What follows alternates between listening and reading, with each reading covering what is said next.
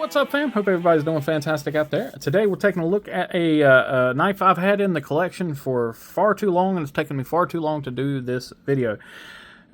So I apologize for that, even though most of you probably don't even know I have this knife. I only did the unboxing, and it's been quite a while. Outside of that, I think I may have only posted about it once in that time, just because it has unfortunately been sitting on my review table, buried under other knives. And I'm sorry, Mr. Vero, Joseph, I apologize. I forgot about it. And I feel really bad about it. I unfortunately forgot about this knife, and yeah, I found it the other day, and I'm like, oh, crap. I've got this knife sitting here, and I really should start carrying it more often.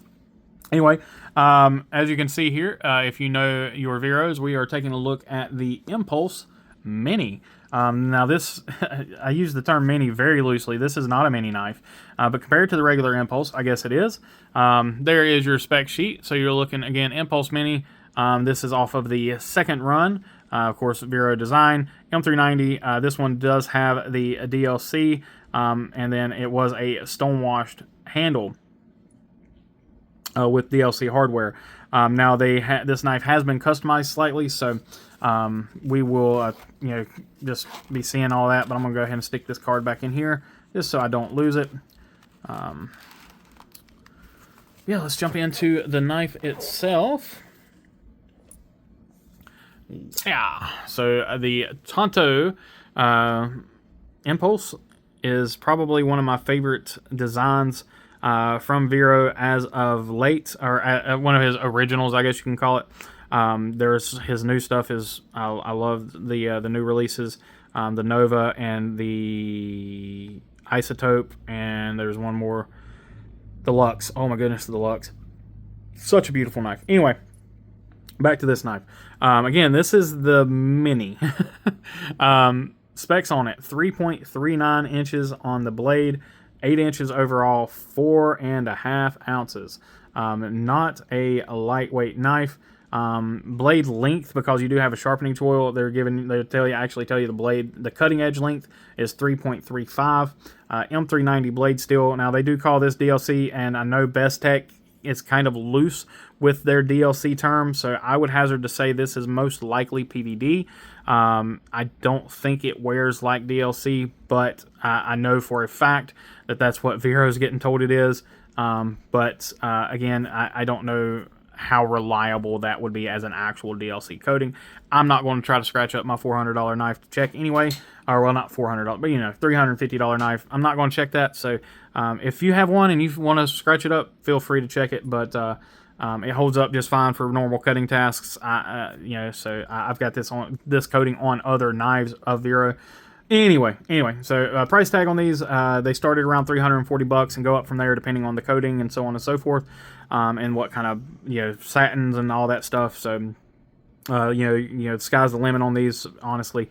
Now this is one that is not currently available. I'm sure they'll do a second run, or I'm sure they'll do a third run or fourth run or whatever on these sometime eventually. But this is more for those folks that are, looking on the secondary or whatever, and just want to make sure that this is something that they are interested in. Let's go ahead and take a look at the knife up close and personal here. So again, this one has been customized. It has a blue anno, as you can tell here.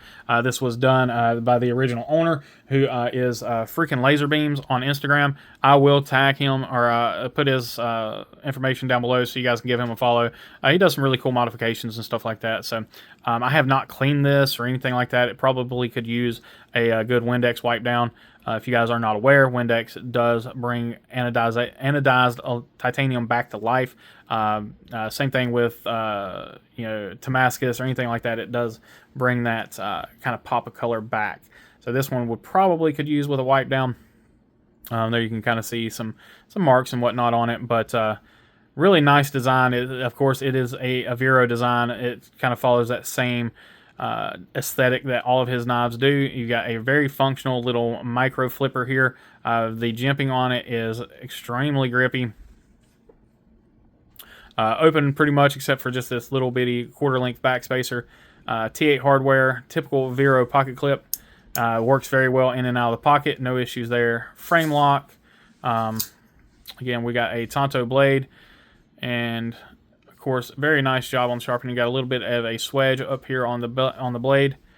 Single-sided opening fuller, opening hole, whatever you want to call that. Plunge grind is done very well, and we do have a sharpening choil, so you've got a little bit of sharpening room there. This is number 881. Sharpening, again, looks to be pretty doggone good. And this is a factory edge knife, so the original owner didn't really use it much. And everything looks good on that, so not too shabby.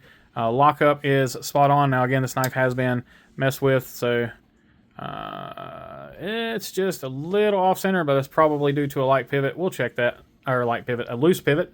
But we will check that here in just a second.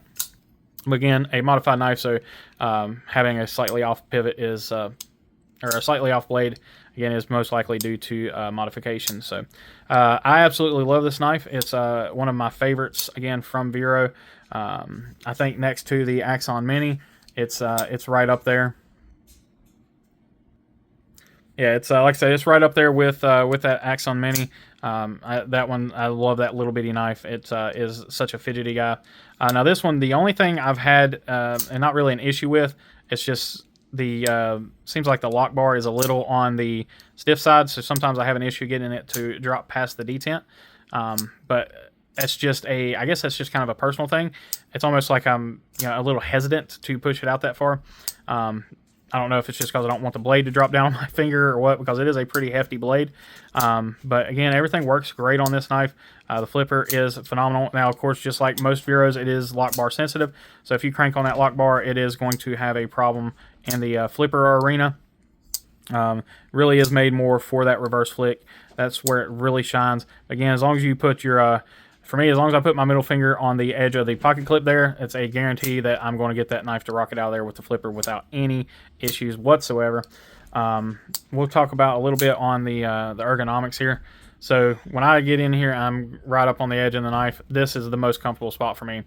So I don't try to get on that jimping there. I'm just right past that jimping, coming right up on the outside of the actual finger choil. In the handle, and just right here, that is the most comfortable grip for me.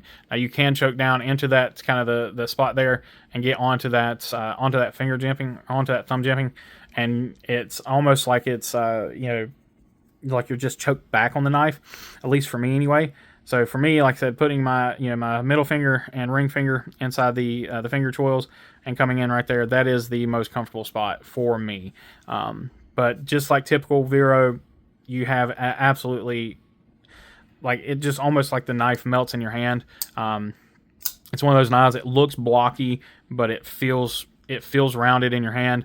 Pocket clips, depending on how you hold it, sometimes the pocket clip, you can feel it, but again, it's never been hateful. So it's never been where it's feeling like it's going to start a fire in my hand or anything like that.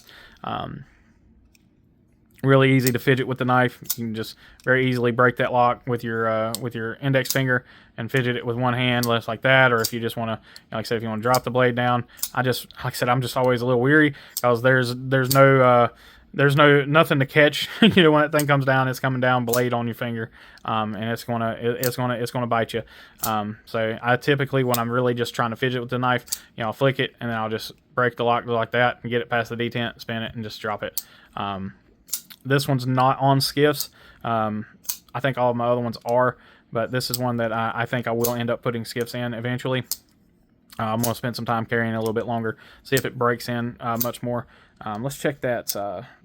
Let's check that pivot real quick just to see if it is loose. No, pivot's not loose, so I'll probably just go in and try to tune it to get that blade to line up. Like I said, it's probably due to the knife being taken apart, because I've got several other Veros and none of them are off center. So yeah, anyway, fantastic knife, fantastic design. Joseph Vero is a gentleman and a scholar. He always takes the time to talk to you at Blade, or I mean, I've never seen him turn anyone away at Blade Show, and his group of people he keeps around him up there are always awesome. I have spent a good amount of time talking with him up there, and then as well as through private messaging and things like that. So stand-up gentleman, and I absolutely I love giving his company some shout outs. So Definitely check them out if you haven't already. Let's go ahead and check our hardware. Again, I think we're all T8s. Pivot, I just checked, it was good. And then the pocket clip is screwed in from the back side, so just be wary of that. So yeah, this one's a good one. Definitely check one out if you can pick one up on the secondary for a sweet deal. I got this one for a steal. So you know they are out there and you can get them for a really good price, and I definitely would suggest it. But that's it, guys. Let me know what you think down below. As always, I appreciate each and every one of you. Please remember to be kind, be humble, and be EDC. Take care.